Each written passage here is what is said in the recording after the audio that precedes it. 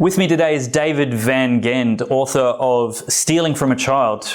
David, answer the question for me. How does it hurt your marriage if homosexuals are allowed to be included in the definition of marriage? It does abolish the meaning of all marriages. It's like a retrospective repeal of a contract because, we enter marriage thinking that it is one thing, and then the law tells us no, it's no longer. It's something else. So when my wife Jane and I got married, we understood it to be the honoured vocation of a man and a woman entering into that great project of personal union with a view, all going well, to the creation of a family, which only a man and woman can do.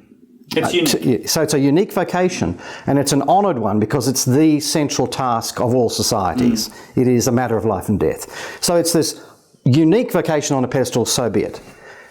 Once you bring in a law to say marriage is any two men or any two women, or in due course any three, we'll come to that, who are emotionally attached and want society to affirm their relationship, it's become a subjective, emotional, narcissistic, adult-centred thing, totally detached from nature. There's no longer any biological truth to marriage. Totally detached from children, because you are now saying children of the future will not have a mother or will not have a father, and it doesn't matter. So that is the distortion of marriage and family. And so really you can divide the effects of redefining marriage into effects on the truth of marriage, distorting that, making it a different thing, and also the injustice of changing its definition. Injustice against future children who will be deprived by law of a mum or a dad, not by tragic circumstance, not because their mum's died or their dad's deserted, but because we passed a law to say future children born into that institution of same-sex marriage will miss out. Our decree, and that's the injustice of it. And there's more. Don't forget, it also flows on to the implications for our children's education. Because once you define marriage, once you enshrine homosexual marriage in our central institution, you must teach children that homosexual, bisexual, transsexual behaviour is identical to the relationship of their mum and the dad. You must teach that under anti-discrimination law. Parents will have no power anymore to push back. And if you want one last one, pastors. That's a huge one right there. But just file the third one, because there are those three elements. There's injustice to the child, the imposition of radical safe schools education, but also it gives the same-sex activists the legal power, that big stick of anti-discrimination law, to silence all pastors, all conscientious objectors who dare challenge the new orthodoxy and say no, some sexual behaviour is right, some is not.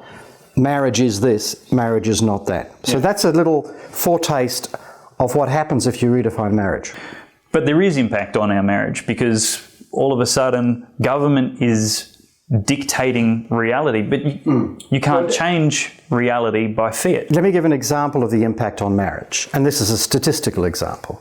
And this was evidence presented by 100 scholars of marriage and family in America to the US Supreme Court in 2015.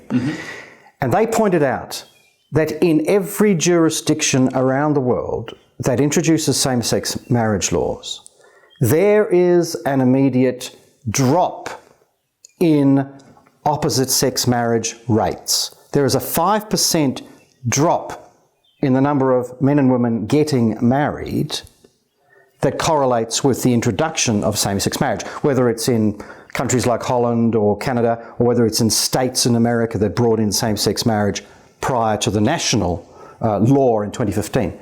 Okay, that accounts for a lot of people, and it makes sense, David, because if you look at some young couples thinking about should we marry, right?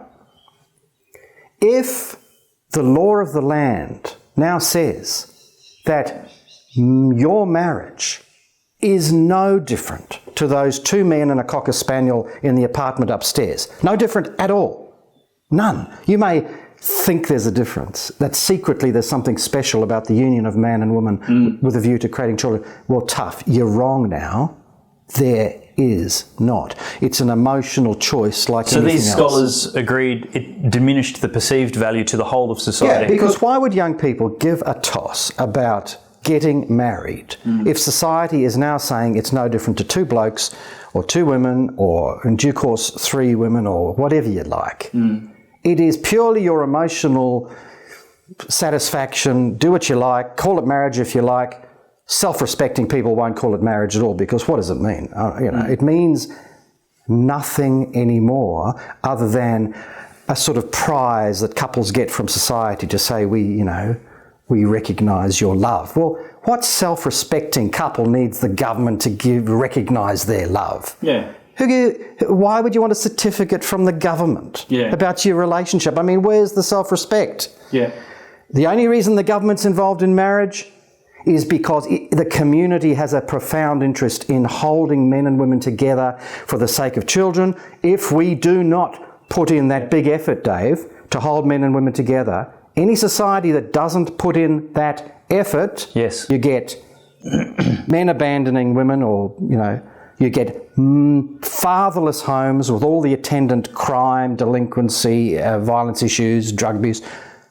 You get single mother poverty, you get chaos. Even President Obama, prior to his moving to gay marriage, recognised the disaster of homes with no father. Yep. And yet, that's what you get. That's what you get when you redefine marriage. Yep. Deliberately so. Deliberately.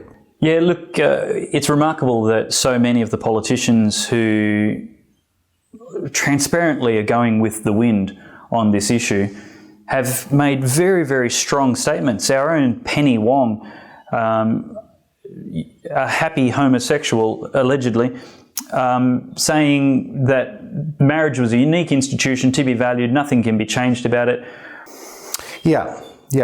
Penny Wong's a perfect example, because having agreed with everyone just a matter of a few years ago that marriage in our culture is a unique man-woman thing, she then leads the charge to abolish the natural meaning of marriage and parenting. But this is the important thing. She said at her press club talk in 2015 that nothing will change.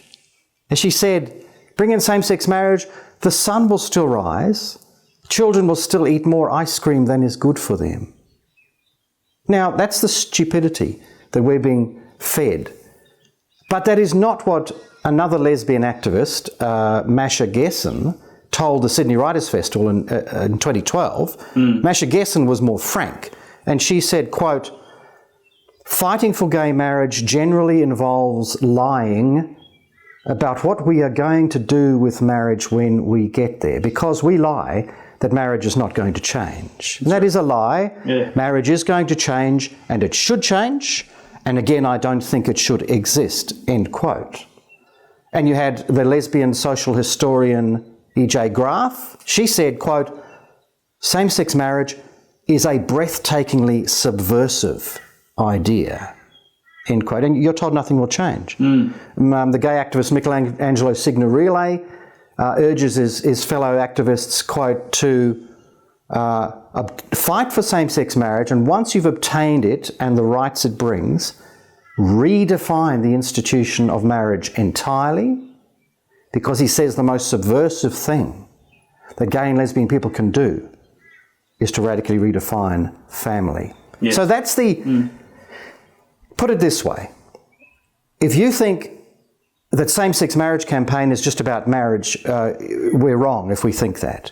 Because to those serious LGBTQ activists, this campaign, mark my words, is about capturing the legal high ground from where the rest of the rainbow agenda can be implemented. And we've already seen that. It was a major show of their cards when they implemented the Radical Safe Schools program, because that is totally about devolving, unravelling and erasing the institution of family as it is, to then be replaced by government and the state. Just on the safe schools, important for message for all parents watching. At the moment, we parents can push back and we have. Yes. There's been massive parent power, which has pushed back this disturbing and indecent program called Safe Schools, run by the radical Marxists like Ros Ward. We pushed that back. We've got enough pressure federally that it was rolled back federally. Just recently, New South Wales has said they'll drop it. These are important victories, but get this.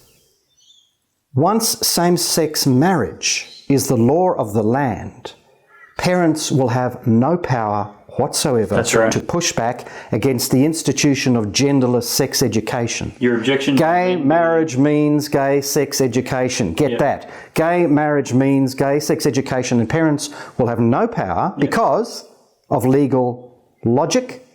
If the law says that homosexual behaviour, so homosexual marriage is natural, normal and right, then by anti-discrimination law, schools will have to teach that homosexual, bisexual, transsexual behaviour is natural, normal and right, and anyone who objects will be silenced by force of law. So focus on that, any parents who are listening.